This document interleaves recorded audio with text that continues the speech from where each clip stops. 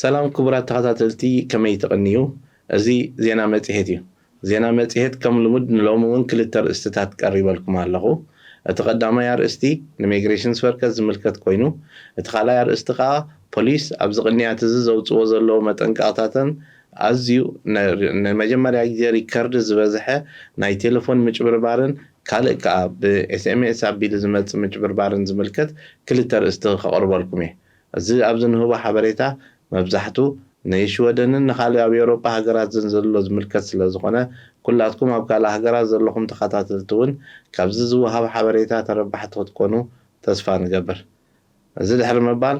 ናብቲ ቀዳማይ ኣርእስትና ክንምለስ ከለና ኣብ ጉዳይ ኢሚግሬሽን ኣብዚ መጨረሻ እዋናት ተኣታቲ ዘሎ ብፍላይ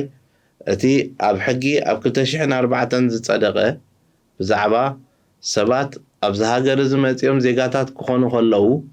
በቲ ዝነበሮም ኣብ ሃገሮም ተራ እንድሕርዳ ኣብ ምውሳን ተራን ኣብ ዝተገብሩ ኣብቲ ሃገር ዝግበሩ ዝነበሩ ጸቕጥታት ኣካል ምንባሮም ተረጋጊጹ እቶም ሰባት ን25 ዓመታት ዜግነት ንኸይሓቱ ወይ እውን ንኸይወሃቦም ካረንስቲድ ዝበሃል ነቲ ዝሓትዎ ዘለዉ ን25 ዓመት ዝውንዝፍ ሕጊ ክጸድቕ ካብ ዝውሰን ነይሩ ኣዝዮም ብዙሓት በዚ ጉዳይ ዝተጸልዉ ሰባት ይመጹ ኣለዉ እዚ ከም ኣብነት ዝተጠቕሰ ናይ ኢሚግሬሽን ናይ ሕጊ ክኢላ ጀነራል ዳይሬክተር ዝነበረ ሚካኤል ረበንቪክ ኣብ 29 ኖቨምበር ኣብ ዝገበሮ ኢንተርቪው ኣብ ዝበሎ ንኣብነት ኣብ ሽወደን ኣብ ናይ ቅድሚ ሕጂ ኣብ ናይ ሳዳም ሁሴን ሰራዊት ሓደ ምክልኻል ሚኒስተር ዝነበረ ሽም ብምቕያር አልሻምሪ ዝበሃል ሽም ብምቕያር አይደንቲቲ ብምቕያር ዜግነት ወሲዱ ዝዓዲ ይነብር ብምንባሩ ብዛዕባ እዚ ጉዳይ እዚ ምስ ተላዕለ ነቲ 2004 ዝወፀ ሕጊ ኣብ ኣብነት ጠቒሱ ሎሚ ንኹሉ ኣካል ናይቲ ዝነበረ ስርዓታት ዝሓለፈ ነይሩ ብምባል ንብሙሉኡ ኣብዚ ሕጊ እዚ ከተጠቓልሎ ከምዘይትኽእል እንታይ ደኣ ነፍሲ ወከፍ ሰብ በቲ ዝገበሮ በቲ ዝወዓሎ ተጻሪዩ ጥራሕ ኣብ ልዕሊኡ ከምዚ ዓይነት ውሳኔታት ከም ድውሰን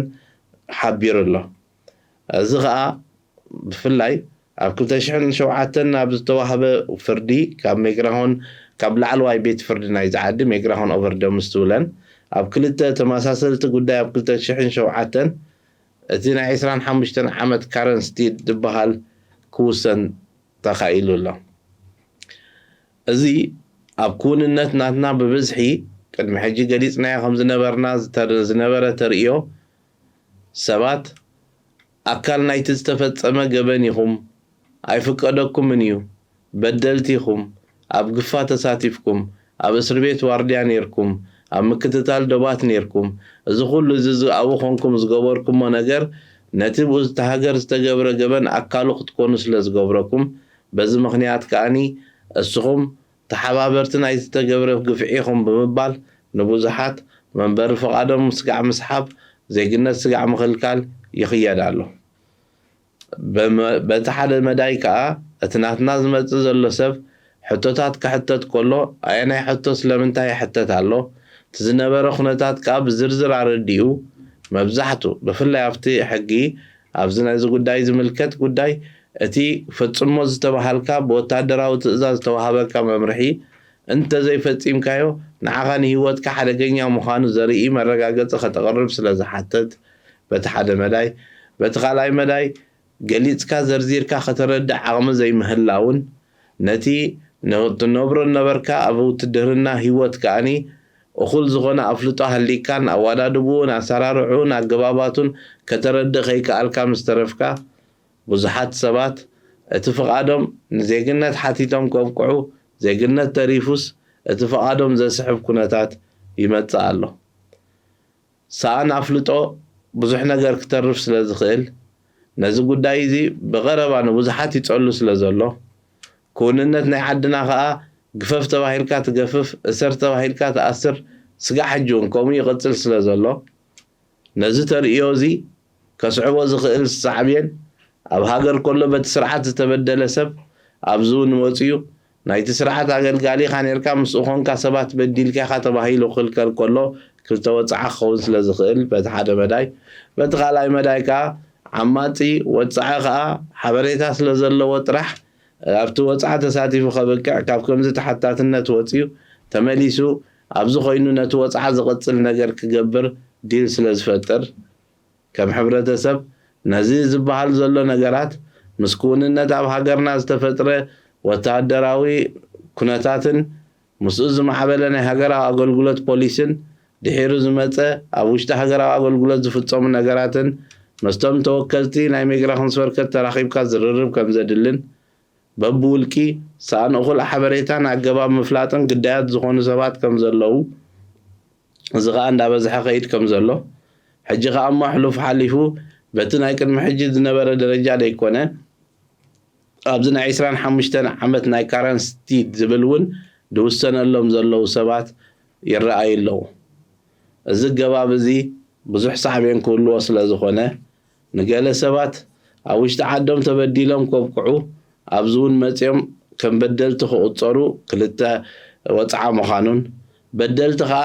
ነቲ ገባብ ፈሊጦሞ ካብ ተሓታትነት ሃዲሞም ኣብዚ ኮይኖም እውን ነቲ ናይቲ ዝፍፅምዎ ዝነበሩ በደል ቀፀልቲ ክኾኑ ከኽእሎም ስለ ዝኽእል ነዚ ብኣቓልቦ ጠሚትና ምዝምልከቶም ኣካላት ተዘራሪብካ እቲ ዝበሃል ዘሎ ነገራት ንመን ንምልከቶ ንመን ኣይምልከቶን ብደቂቕ ተፀኒዑ ክትግበር እምበር ብኣልማማ ንኩሉ ወታደር ነይረ ዝበለ ሰብ ኣብ ሓደ ካታጎሪ እቲኻ ምውሳን ቁኑዕ ከም ዘይኮነ ዳይሬክተር ጀነራል ሚካኤል ረበንቪክ ኣብቲ ኢንተርቪው ከም ዝበሎ ንኩሉ ኣካል ናይቲ ስርዓት ነርካ ኢልካ ድግበር ዘይኮነ ኣብቲ ውሽጢ ብዝፈፀምዎን ብዝገበርዎን ነገራት ተመርኪሱ ጥራሕ ውሳኔታት ኢንዲቪጁዋል ከም ዝወሃብ ገሊጹልና ኣሎ እዚ ድሕሪ ምባል ነዚ ናይ ኢሚግሬሽን ጉዳይ ከይወፃእና ከለና ናይዚ ወርሒ ኖቨምበር ዝሓለፍናዮ ወርሒ ኖቨምበር 2021 ኣብ ሽወደን ካብ ዘመልከቱ ዜግነት ጠቕላላ ስጋዕ ሕጂ ከባቢ 382 ኤርትራውያን ኣብ ውሽጢ ኖቨምበር ወርሒ ዜግነት ናይ ሽወደን ከም ዝወሰዱን ኣፍጋኒስታናውያን 624 ከም ዝወሰዱ ሶማልያ 676 ዜጋታት ናይ ሽወደን ዜግነት ከም ዝወሰዱ እቲ ዝበዝሐ ቁፅሪ ከዓኒ ኣብዚ ናይ ስታቲስቲክስ ዝወፀ እቶም ካብ ዝተፈላለየ ሃገራት ዝበሃል 2939 ክኾን ከሎ እቲ ዝበዝሐ ግን ካብ ሶርያ ዝመፁ 4277 ዜግነት ከም ዝወሰዱ እቲ ስታቲስቲክ ኣነፂሩ ኣሎ እግረ መንገድና ኣብ ኢሚግሬሽን ዝካየዱ ነገራት ኩሎም ስታቲስቲክስ በብወርሒ ከም ዝወፅእን ኣብቲ መርበብ ሓበሬታ ከም ዘሎን እንዳንተባህና ኣብኡ ኣቲኹም ከተንብቡ ከም ትኽእሉ ከዓ ንሕብር ኣብ ውሽጢ ኖቨምበር ወርሒ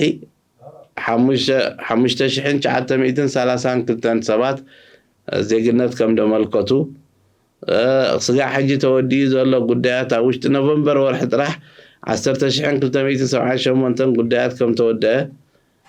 ካብኦም ከዓ ካብ 63304 ኣብ ውሽጢ ጃንዋሪ ስጋዕ ኖቨምበር ዘመልከቱ 9137 ውሳኔ ከም ተዋሃበ ክፉት ዘሎ ናይ ዜግነት ሕቶ ፋይል ከዓ 100208 ከም ዝኾነ እዚ ስታቲስቲክስ ሓቢሩ ኣሎ ንዝያዳ ናይ ስታቲስቲክስ ሓበሬታ ኣብዚ ታሕቲ ስለ ንገብረልኩም ካብኡ ኣቲኹም ዝያዳ በቲ ንስኹም ትደልይዎ መንገዲ ፊልተር ጌርኩም ስታቲስቲክስ ክትርእይዎ ከም ትኽእሉ ንሕበር ብምቕፃል ኣብቲ ካልኣይ ኣርእስቲ ክንከይድ ከለና ኣብዚ ዝሓለፈ ሰሙን ፖሊስ መጠንቀቕታታት ኣውፂቖኒ እሱ ከዓ እንታይ እዩ እዚ ንኣትዎ ዘለና ናይ ክሪስማስ ግዜ ብዙሕ ጊፍቲ ዝግዝኣሉን ሰባት ከዓ ብብዝሒ ኦንላይን ይገዝኡ ከም ዘለዉ ብምፍላጥ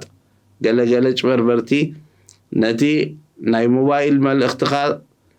ሊንክ ብምስዳድ እዚ ሊንክ እዚ ከዓ ፓኬት መፂካ ስለ ዘሎ ፓኬት መፂካ ዘሎ ንኽትወስድ ኣብዚ ጠውቕ ዝብል ይሰዱልካ ኣብኡ ምስ ጠወቕካ ኣብ ሓደ ፕሮግራም ኣብቲ ውሽጢ ናትካ ሞባይል ዲ ኮምፒተር ዲ ይፅዕኑ እሞ እዚ ፕሮግራም እዚ ንኩሉ ኣብቲ ኮምፒተርካ ወይ ኣብቲ ሞባይልካ ዘቐመጥካዮ ፓስወርድታት ገለ ሰሪቑ በቲ ናትካ ተኣትወሉ መእተዊ ኣትዮም ኣብ ምጭብርባር ከካይዱን ስርቂ ከካይዱን رئيس لزلو ببزح خمسة عينة متيس لزلو سبات كتنقعون أبوون كملو بواز هبو بوليس حدا زي تفولت سب بانك أيد كتكفتلو حتيتك كتكفتلو فقادنيا تكون كم ديبل كان كوادا بانك أيد خفت اللي يزبل كل شعب عين ترتارخ الرأي دحريو نزمت نجر حدا جا واحد كم زغل عند حدا أوريدي خمس لينك متيكا طويع كايا خا نتبرد زورد كايا خيد كا بملقا استرح كدحن كم داي تغل تايدا تاب موبايل ديا تا كمبيوتر كم حدش نابتي ناي فابريكا زنبرو استسرحت له كليات نابوت ملسامو كل البرنامجات فيه كم بحدش تاع موبايل كم حدش موبايل كتجمرة انتون كامبر already برنامجاتهم أو تسعينهم بو بيلم نتنات كحبريتات كم زرخبون بو بيلم كأجنزب كم زجور برون بوليس حبيرهم علو نزح حبريتات زي سمعناها كنت نكون زين فولتو لينك خين خفت عندما خرنا متوسخي بوليس أبزو تمالو زو صور ريبورتون نمجمر يا جدي ترى إذا يفلت ريكورد بناي تلفون مش بربار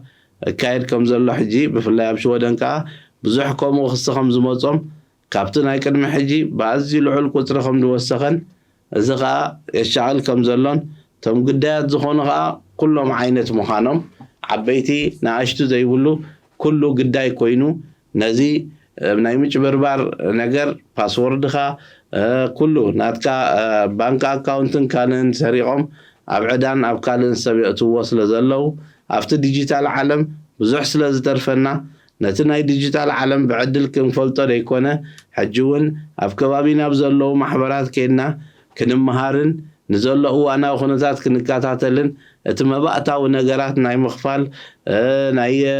بيت مرتي ناي كال كله مس انترنت أساسر نقرات بعلنا هنقوبر خنكيل اتزاد لنا حاجز كنركب أفكبابين حسو كنبل أبزلهم خبابي بنات أزو هاب كورسات نايكمو أبي كل خيل زبل حتى زلواكم تحفلنا زلهم خبابي تحفلنا أو لينك نصدلكم نابهم كيركم كتمهارهم تقولون أتعاقما ناي كمبيوترن أتعاقما ناي ديجيتال أو نجاراتنون أما حيشكم كتقولوا تسفان دا قبرنا نلومي زقربنا يوم كلتر استات زيوم يوم نيرم أبزغط المدب سقعنا الرخب سلام كنيات